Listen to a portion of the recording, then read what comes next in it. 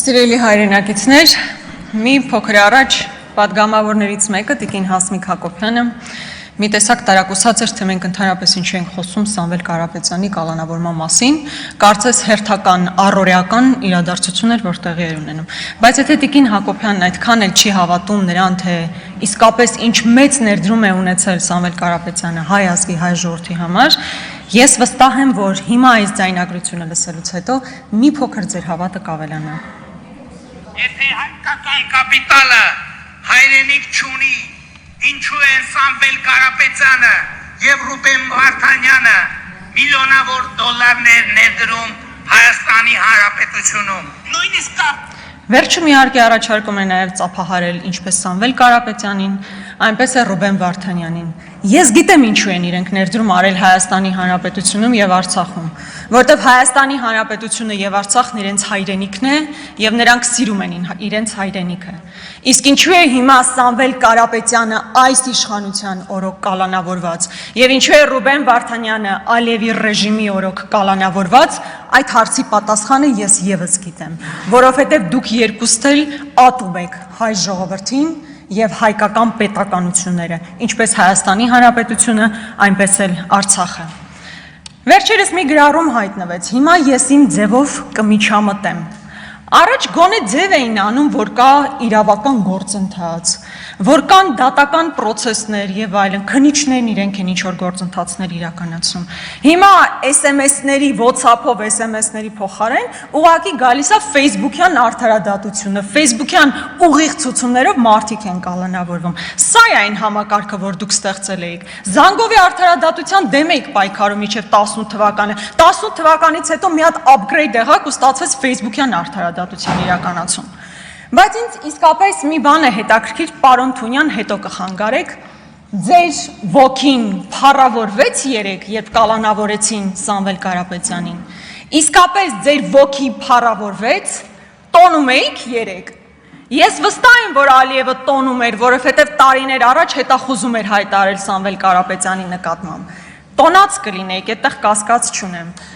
Ձեզ ուժեղ էիք զգում։ Ես վստահեցնում եմ, դա ընդհանրապես ուժի գործոն չէ, ուժի ցուցադրություն չէր, այլ բացառապես թուլության, վախերի ցուցադրություն։ Ուզում եմ հասկանամ, այդ ինչից եք էլի այդքան վախենում։ Մարդն ընդամենն ասել է, որ եկեղեցու կողքին կանգնած ալինելու, եկեղեցուն է պաշտպանելու։ Այդ ինչ մի սենց վախեցած, սարսափած վիճակում եք գտնվում։ Այո, պետք է արձանագրել Սամվել Կարապետյանի կալանավորումը Նիկոլ Փաշինյանի վախերի դրսևորում է, ուրիշ որևէ բան չկա այստեղ։ Ընդհանրապես Ես կարծում եմ, որ Նիկոլ Փաշինյանը այս տարիների ընթացքում ապացուցել է, որ ինքն առհասարակ ատում է հաջողակ մարդկանց, ատում է այն մարդկանց, ովքեր հաղթանակի հետ են ասոցացվում, ատում է մարդկանց, ովքեր արժեք են ստեղծում, ու էական չի, թե այդ մարդիկ ովքեր են, նախագահներ լինեն, զինվորականներ լինեն, բիզնեսմեններ լինեն, թե ուղղակի սպորտսմեններ, օրինակ Հենրիխ Մխիթարյանի դեպքում, Լևոն Արոնյանի և մյուսների դեպքում։ Եվ հատկանշական է, որ այս մարդը երկրի սահմաններից դուրս թշնամիներ չունի, իր բոլոր թշնամիները Հայաստանի Հանրապետությունում են։ Հայի անուն ազգանուն ունեցող մարդիկ են միայն նրա թշնամիները, որտեղ այլ ձև չես կարող բացատրել, թե ինչպես օրինակ Նիկոլ Փաշինյանը այսպես վիզը ծուր կանգնում Ալիևի առաջ ասում, արի գնանք սուրճ խմենք, կամ Էրդողանի գիրքը սենց ոգևորված իր կրծքին սեղմում կանգնում, հետո գալիս Հայաստանի Հանրապետությունում թուր ճոճում բոլորի նկատմամբ, հոգևորականների, կաթողիկոսների, նախագահների, գործարարների։ Պարոն Սուքիասյան, ձեզ դուր է գալիս այս իրավիճակը, երբ գործարարներն են այսպես թիրախավորվում։ Վստահ եմ, որ դուր չի գալիս։ Բայց ես կարծում եմ, որ բոլորն էլ իրենց կարծիքը այստեղ պետք է հայտարարեն այդ մասով։ Եկեղեցու նկատմամբ տեղի ունեցողը ազգային ինստիտուտը ոչնչացնելուն միտված քայլ է, ուրիշ ոչինչ։ Սիրելի ժողովուրդ, հանկած չմոլորեցվեք այն պնդումներով, որ սրանք առանձին անհատների, առանձին հոգևորականների կամ կաթողիկոսի հետ քննարկումներ են։ Սա մեր ազգային ինստիտուտը ոչնչացնելու հարց է։ Վաղը կարծես թե Նիկոլ Փաշինյանը Թուրքիա է մեկնում։ Գող կլինեն այնտեղ ձեզանից։ Շատ գող կլինեն, վստահ եմ գող կլինեն։ Նախ այստեղ իհարկե կարևոր է հասկանալ, թե Թուրքիա գնալը ինչ օրակարգ ունի, այնտեղ ինչ է քննարկվելու։ Բայց քանի որ շատ է խոսում նաև սրբապղծություններից, ես ուզում եմ ասել, թե ինչն է ինձ համար սրբապղծությունը։ Սրբափոխություն է այն, որ միայն նրա համար, որ ձեզ դավաճան չասեն, միայն ձեր մաշկի կաշվի փրկության համար, հազարավոր տղաների կյանքը դրեցիք զոհասեղանին։ Միայն նրա համար, որ ձեր կաշին փրկեք։ Սրբափոխություն է, երբ տասնյակ կիլոմետրերով Լրություն դալիճ։ Լրություն, նախազգուշացում, Նարեկ։ Սրբափոխություն է, երբ Նիկոլ Փաշինյանի միանձնյա հրամանով տասնյակ կիլոմետրերով մեր զորքը ետ է քաշվել, անպաշտպան թողնելով, այո, եւ հարվածի տակ թողնելով Պարոն Եղոյան, Պարոն Եղոյան, հանգիստ, խնդրում եմ կարգի հրավիրեք պատգամավորներին։ Պարոն Եղոյան, Սրբափոխություն էր Արցախը ճանաչել։ Տիկին Գրիգորյան, մի վարքան։ Ազգային ժողովի կանոնակարգին համաձայն նկատողություն եք ստանում, պարոն Եղոյան, նախազգուշացում եք ստանում եւ նույնը ձեզ է վերաբերում, պարոն Ղարամանյան եւ պարոն Եղոյան, նախազգուշացում։ Տիկին Գրիգորյան, շարունակեք, ես ձեզ Ղարամանյանը Զեմլյակը սա ոչինչ թեթև տանենք։ Արցախ սրբափոխություն էր Արցախը ճանաչել Ադրբեջանի կազմում,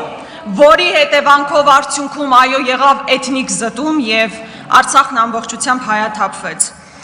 Այո, սրբափոխություն էր, երբ Արցախի վրա հարձակում կար, իսկ Նիկոլ Փաշինյանը ուղիղ եթերով հայտարարում էր, որ որևէ վտանգ, սպառնալիք չկա քաղաքացիական հասարակությանը։ Սա սրբափոխություններ են, այո։ Եվ այստեղ պարոն Թունյանը գնաց, ես զարմանում եմ իր զարմանքի վրա, որ մենք ասում ենք, լավ, հիմա ստեղծված իրավիճակում եկեղեցուն հարվածի տակ դնելը, կաթողիկոսի մասին խոսելը, հոգևորականների մասին խոսելը, ինչ նպատակ է հետապնդում եւ իսկապես մեր անմիջական հարևանությամբ տեղի են ունենում աշխարհաքաղաքական լուրջ վերադասավորումներ։ Միջուկային պատերազմից, այո, ով էր զարմանում պատերազմ բառից, այո, միջուկային պատերազմից 5 պակասը։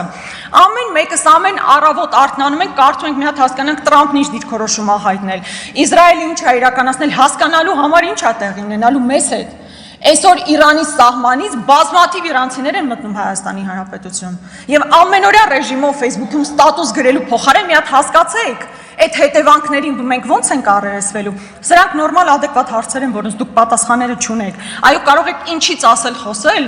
բայց միևնույն է փաստ է, չէ, որ օրինակ մեր պետական պարտքը ավելացել է 7 միլիարդով, 13 միլիարդ պետական պարտք ունենք։ Թունյանն ասում է, ինչ եք խոսում պետական պարտքից, օրինակ Գյուրեղյանը պարտքը ավելացել տուն ա գնել։ Ճիշտ է ասում, բայց նա պիտի ասի մեր պետական պարտքը, որ ավելացել է։ Մեր կյանքում ի՞նչն է ավելացել։ 7 միլիարդ, 7 միլիարդ, այս իմ զեմլյակները այսօր որոշել են հատուկ ինձ արձագանքել, տենց հրաման ունեք։ Լրություն։ 13 միլիարդ պետական պարտքի պայմաններում մենք ինչ ենք ստացել։ Կրկնում եմ, ուզում եմ գնալ տեսնել ստրատեգիական նշանակության, ինչ եք ստեղծել մեզ համար։ Մեր երեխեքի համար, որովհետև երեխաները, դուք ավարտական ելույթ ունեք, չէ՞։ Լրություն, ես խնդրում եմ Տիկին Գրիգորյանի զեմլակներին լռել։ Եվ հերիք եղավ զեմլաչիստվայով զբաղվեք եւ ռուսերեն բառեր օգտագործեք։ Կարող են կազմակերպել, ես էլ պարտավորվում եմ մեքենան ապահովել, եթե ուզում եք գնալ տեսնեք։ Ինձ ցույց տալու կարիք չկա, դուք ժողովրդին պետքա ցույց տաք 7 միլիարդը ինչի վրա է գնացել։ Տեսեք, ամեն անգամ ես սա որպես փաստ արձանագրում եմ, երբ հարցնում եմ պետական պարտքը ինչի վրա է ծախսվել, կոնկրետ Տիրապետում եմ նախազգուշացում Աղվան Վարդանյանին տեղից բղավելու համար։ Քանի որ ինձ անընդհատ ընդհատեցին եւ մեծ հաշվով ժամանակը քիչ է մնացել։ Ես չեմ ընդհատում, շարունակեք Տիկին Գրիգորյան։ Մի նայեք ժամանակին, շարունակեք։ Պետական պարտքի մասին խոսելիս պետք է նաև հետևյալ արձանագրումն անել։ Մինչև 18 թվականը պետական պարտքի միջին տոկոսադրույքը 4.6% էր, այսօր այս պահին 7.2% է, ինչը նշանակում է, որ միայն 24 թվականին վճարվել է ավելի քան 113 միլիարդ դրամ, գրեթե նույնքան ամբողջ առողջապահական համակարգն է։ Այսինքն միայն այն բանի բերումով, որ այս մարդիկ նույնիսկ պարտք ներգրավելիս չեն կարողանում համապատասխան աշխատանքն անել եւ ավելի ցածր տոկոսադրույքով պարտք ներգրավել, մենք այսքան գումար փասացի վճարում ենք։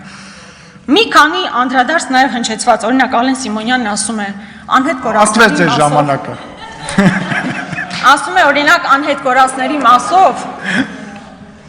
անլրջացրեցի։ Դուք դահլիճում եք Տիկին Գրիգորյան, անհետ կորածների ժամանակ, ես դա Անհետ կորածների մասով մենք մշտական կապի մեջ ենք։ Ասում եք կգնա կնկարվեք անցնեք։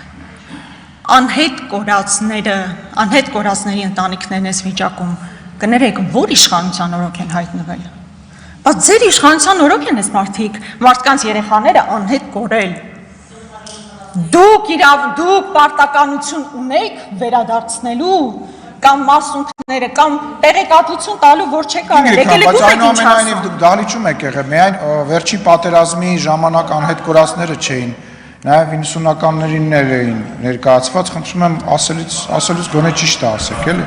Ներկա չէիք դուք դահլիճում։ Ես ներկա եմ ամբողջությամբ տեղեկատվությանը տիրապետում եմ փողոցում կանգնած այսօրվա մարդկանց գնացեք եւ պատասխան տվեք, հարցը դա է։ Մնացած ամեն ինչը լիրիկա է, մնացած ամեն ինչը մանիպուլյացիա է։ Ժամանակն ավարտվում է, այստեղ երկար խոսելու նպատակ չունեմ, չնայած նաեւ բյուջեի մասով շատ արձանագրումներ ունեի անելու, բայց մի հստակ բան ուզում եմ արձանագրել։ Այնինչ այսօր տեղի ունենում Հայաստանի Հանրապետությունում իսկապես վախի մթնոլորտ սերմանելու գործընթաց է։ Բոլորին թիրախավորել, կրկնում եմ, ոչ թշնամուն, ոչ հակառակորդին, ոչ իրական թշնամիներին, սեփական ժողովրդի ներկայացուցիչներին թիրախավորել, վախ սերմանել, միայն թե հնարավորինս երկար սեփական աթոռը պահելու համար։ Սիրելի ժողովուրդ, չվախենաք։ Մի վախեցեք մարդուց, ով ինքը ոտից գլուխ վախերի կծիկ է, վախենում է սեփական աթոռը կորցնելուց,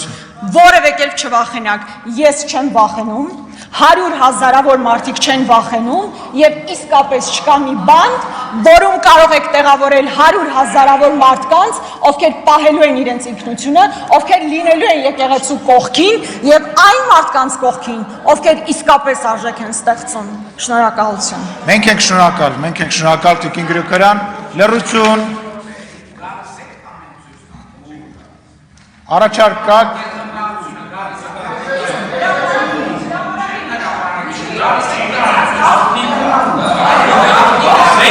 Լավ, դահլիճում լրություն, պարոն վարչապետ, դրա մասին ելույթի ժամանակ։ Տիկին Գրիգորյան, զբաղեցրեք ձեր տեղը։